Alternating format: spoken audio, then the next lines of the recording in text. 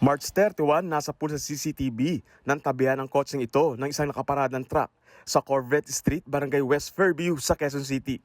Maya-maya, binuksan ng sakay ng kotse ang pinto sa likod. Kapansin-pansin ang nilabas nitong hose at iba pang mga gamit.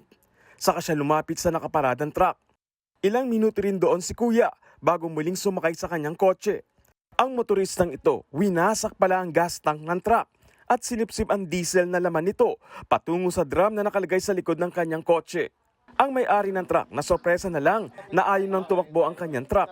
May biyahe kasi kami nung madaling araw. Tapos yung driver namin nakita, ba't empty? Full tank lang namin eh. Nasa 10,000 piso pa naman ang magwa-full tank. Nang silipin ang gilid ng truck, dito na nila nadiskubre na nabiktima sila ng paihi. Tapos nakita niya nga dun sa mismong gas tank, sira na yung cap. Tapos pagkatingin nga namin, wala na talagang gas. Na-delay tuloy ang delivery nila ng baboy sa slaughterhouse. Nagpa-blatter na sa pulis at barangay ang driver ng truck.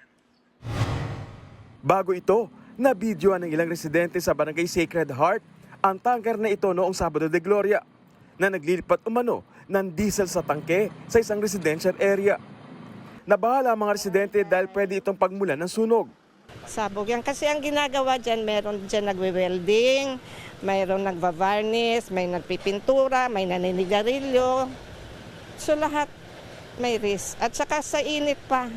Kahapon, nagsagawa na re-inspection ang Bureau of Fire Protection. Yun nga lang, walang tao sa lugar. Ayon sa BFP, 12,000 liters ng diesel ang naiload sa tangke. At hetero ang dahilan.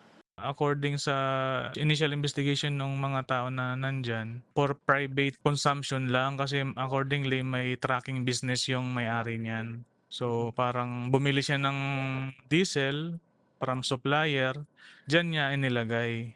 Para sa 1PH, Gary De Leon, News 5.